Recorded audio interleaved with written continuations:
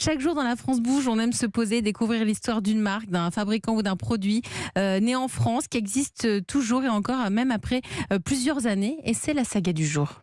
La France Bouge, la saga du jour. Ce qui fait la beauté d'un livre, ce n'est pas que le texte, c'est aussi sa couverture, sa reliure, ses dorures. C'est un savoir-faire que dans la famille Pardo, c'est une famille qui vient du Sud et qui pourtant vit à Strasbourg. Elle s'est installée en Alsace depuis plusieurs générations.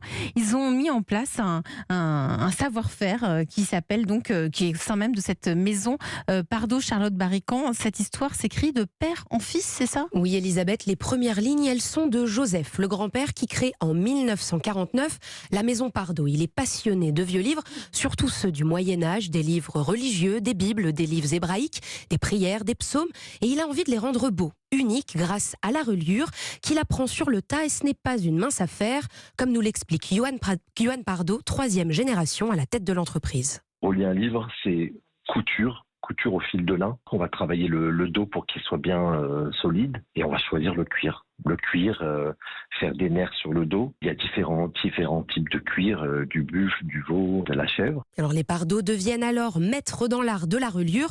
Au fil des années, la maison s'ouvre à tous les styles de livres, même neufs, sur demande de maisons d'édition ou de particuliers passionnés. Alors Joseph Pardo, lui, il veut aller plus loin, il veut faire de chaque livre une œuvre d'art, à l'extérieur comme à l'intérieur du livre. Oui, notamment grâce à deux arts, l'enluminure et la miniature. Avec l'enluminure, il faut s'armer de patience. C'est l'art du très petit, réaliser les plus petits dessins, très colorés. C'est ce que l'on peut voir par exemple en haut des pages, entre les paragraphes, toujours en lien avec l'histoire racontée.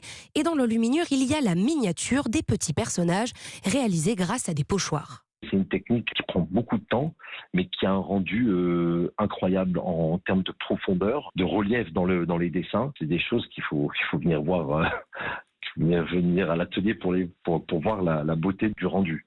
Et c'est ce qui fait que la maison Pardo perdure et existe encore, c'est la transmission de ce savoir-faire. Oui, Elisabeth, tout s'apprend pendant de longues heures, les uns à côté des autres, car tous ces arts, ils sont complémentaires, et le seul qui manquait à l'arc de la maison Pardo, c'est la dorure que Johan, le petit-fils, a dû apprendre sur le tas.